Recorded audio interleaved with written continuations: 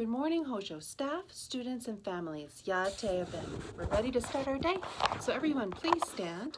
Place your right hand over your heart. And our voices are off and bodies are still. Eyes are on the flag. I pledge allegiance to the flag of the United States of America and to the republic for which it stands, one nation, under God, indivisible, with liberty and justice for all. We, the people of the United States, in order to form a more perfect union, establish justice, ensure domestic tranquility, provide for the common defense, promote the general welfare, and secure the blessings of liberty to ourselves and our posterity, do ordain and establish this Constitution for the United States of America. Good morning, everybody. Today is Tuesday, December 1st. Can you believe it's December? 2020 is almost done. A lot of us will be grateful for that, and hopefully 2021 will be a better year for everyone. Okay, Mrs. Neff did select some new music, but I haven't had a chance to pull that up, so let's do some more review. How about this piece? Can you tell me what we're listening to?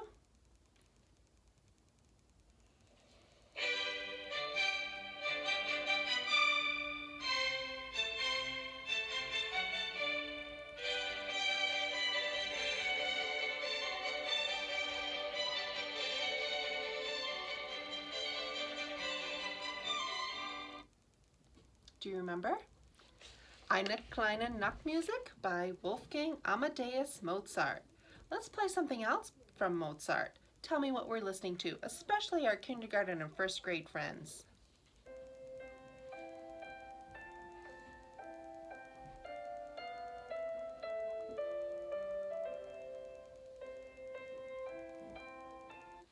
"12 Variations of Twinkle Twinkle Little Star." That's right. Okay, how about this one? We haven't listened to this one in a while. This one's a fun one to listen to.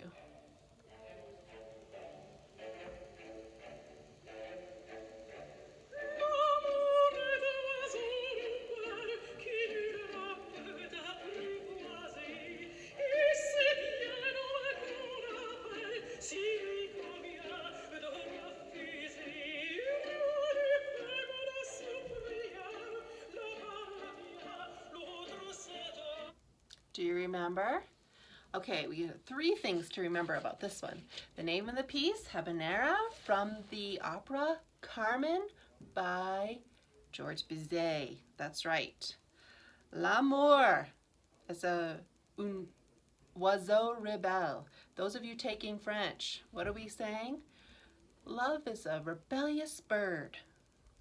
So if you want to listen to the rest of that song in French and see what you can make out of it, see if you can hear some of the words since you're taking our French class.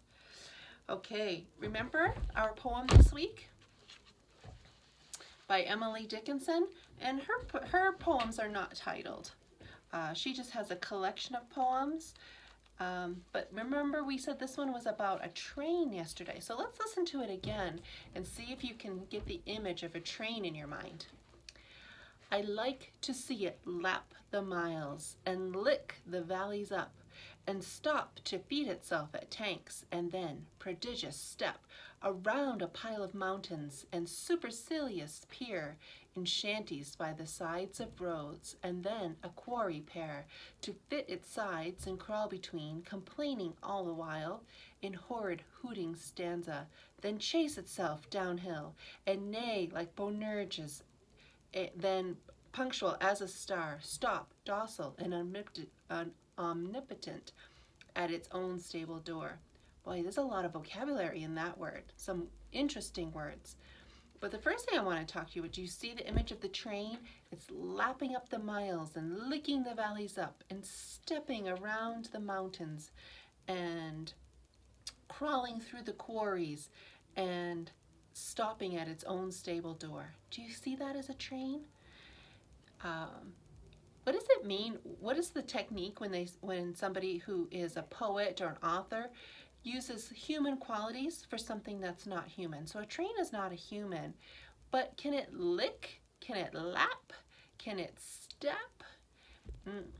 So when we're using that technique to give something that's not human qualities, personification, right? Did you remember that? So we'll do some more work on that poem as we go through the week. Also, let's do some review of some artwork. Do you remember this one? Listen, my children, and you shall hear the midnight ride of Paul Revere. That's right. Grant Wood's painting of Paul Revere's ride. There's Paul Revere, right there on the road, saying the British are coming, the British are coming, right? But he wouldn't have said that because they were all British citizens back then. How about this one? Do you remember? Renoir, Girl with a Watering Can. Do you remember this one from where I live and grew up, from Maine? Winslow Homer's Nor'easter. All right. Do you remember this one? This is a king, right? Do you remember? Philip IV in brown and silver, painted in 1632 by Diego Velázquez. How about this one? Do you remember this? Le Tour Eiffel, also for our French-speaking students now. George Seurat, Le Tour Eiffel. Remember pointillism with all the little dots? George Seurat. And then more modern, from Norman Rockwell. What is this one? Freedom of Worship, right? We looked at that one. Norman Rockwell's Freedom of Worship. Okay, I'm going to give you just one architecture. Tell me what we're looking at here. U.S. Supreme Court. That's right. Hopefully you go to Washington, D.C. one day and recognize that place. Okay, our amendments. We've been learning our amendments. So let's do our first 5 amendments. See if you can do them with me. How many of you can do them with me? At least the first 4. First Amendment. Congress shall make no law respecting the establishment of religion or prohibiting the free exercise thereof or abridging the freedom of speech or of the press or the right of the people peaceably to assemble and to petition the government for a redress of grievances. Second Amendment. A well-regulated militia being necessary to the security of a free state, the right of the people to keep and bear arms shall not be infringed. Third Amendment. No soldier shall in time of peace be quartered in any house without the consent of the owner, nor in time of war, but in a manner to be prescribed by law. Fourth Amendment.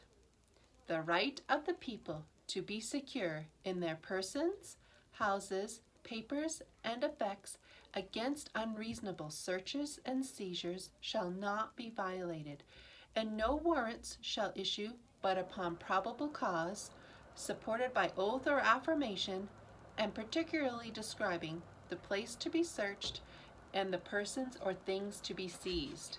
And we've been talking about the Fifth Amendment, starting to add that to the list. We have 5 more to go. Fifth Amendment. No person shall be held to answer for a capital or otherwise infamous crime unless on a presentment or indictment of a grand jury, except in cases arising in the land or naval forces or in the militia when in actual service in time of war or public danger. Nor shall any person be subject for the same offense to be twice put in jeopardy of life or limb, nor shall be compelled in any criminal case to be a witness against himself, nor be deprived of life, liberty, or property without due process of law, nor shall private property be taken for public use without just compensation. Those are the first 5 amendments to the U.S. Constitution, which is a part of the first 10 amendments are called the Bill of Rights. That's right, we're learning our Bill of Rights. We've learned the Declaration of Independence, we've learned the preamble to the Constitution, we've learned the Gettysburg Address, and now we're learning the first 10 amendments to the U.S. Constitution so that we all know what our rights are. So for announcements, we do have 2 birthdays today. Sadie and Tori are having birthdays. Happy birthday to you. I hope you have a great day. We have our wreath sale that went on, and we're ready to pass out those wreaths tomorrow from 11 to 3 here at the school. So if your parents purchased a wreath or are picking up for somebody else, come to the school between 11 and 3. We'll probably have to limit the number of people who can come in, and if it gets a little bit busy, we may hand out tickets to say who's next and what number is next. We'll sort that out depending on how many people come at one time. So 11 to 3, you can come pick up your wreaths. And we'll also have a few other things for sale too, and all of the proceeds from tomorrow's sale of some little Christmas decorations and other little things. We also have some little girls' dresses too. I think they're $5, so some fancy party dresses for $5. If you come to the school, pick up your wreath, and if you'd like to see what other things we have for sale, feel free to stop by. And that's from 11 to 3 tomorrow up at the multipurpose room. That's all we have for today, so let's do our student pledge. I will do the good, I will learn the true, and I will love the beautiful. And I hope you have a great day today.